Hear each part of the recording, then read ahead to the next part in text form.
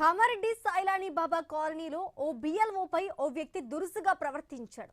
దాడికి యత్నించారు. 19వ వార్డులో బిఎల్ఓ ఇంటింటికి తిరుగుతూ ఎన్యూమరేషన్ పత్రాలను పంపిణీ చేస్తున్నారు.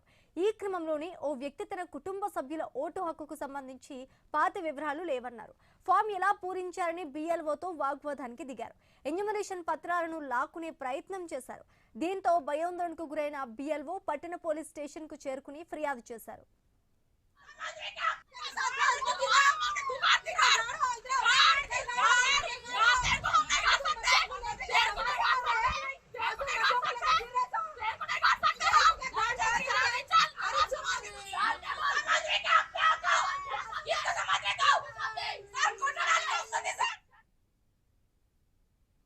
కామారెడ్డి సైలాని బాబా కాలనీలో ఓ బిఎల్ఓపై ఓ వ్యక్తి దురుసుగా ప్రవర్తించాడు.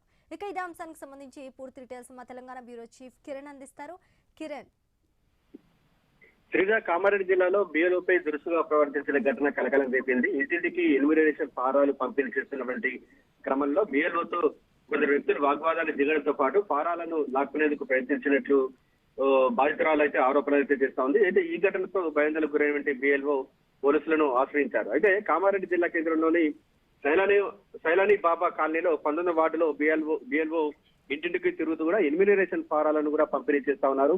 ఆ పంపిణీకి సంబంధించి కూడా అందులో ఎటువంటి నివేదిక ఉండాలని కూడా కొంత అవగాహన కూడా తీసుకొస్తున్న పరిస్థితి ఉన్నటువంటి నేపథ్యంలో ఇద్దరు మహిళా వ్యక్తులు తమ కుటుంబ సభ్యులకు సంబంధించిన వివరాలకు సంబంధించిన పాత సమాచారం అందుబాటులో లేదని ఫారాన్ని ఎలా పూరించాలంటూ కూడా బిఎల్ఓతో కూడా వాగ్వాదానికి దిగడంతో ఇద్దరి మధ్య కూడా కొంతసేపు వాగ్వాదం కూడా జరిగింది. అనంతరం అక్కడ ఉన్నటువంటి మరికొందరు కూడా బిఎల్ఓలపై కూడా ఆగ్రహం వ్యక్తం చేస్తూ వారి వద్ద ఉన్నటువంటి ఎన్యూమరేషన్ ఫారాలను కూడా లాక్కునేటువంటి ప్రయత్నాలు అయితే చేశారు. అంటే ఏదైతే ఫారాలు ఉన్నాయో ఆ ఫారాలకు సంబంధించినటువంటి పూర్తి డేటా 2002 డేటా, అదేవిధంగా తాజా డేటా నింపాలనేటువంటి అవగాహన కల్పిస్తున్నటువంటి నేపథ్యంలో ఈ వాగ్వాదాన్ని చోటు చేసుకున్నట్టు కూడా తెలుస్తా ఉంది. అంటే ఎన్యూమరేషన్ ఫారం కింద పైన ఉన్నటువంటి తన వ్యక్తిగత డేటా, అదేవిధంగా 2002 ఓటు హక్కు సంబంధించి ఓటు ఉందా, లేదంటే వారి కుటుంబ సభ్యులకు సంబంధించిన వారసులకు సంబంధించిన డేటా ఇవ్వాలని చెప్తున్నటువంటి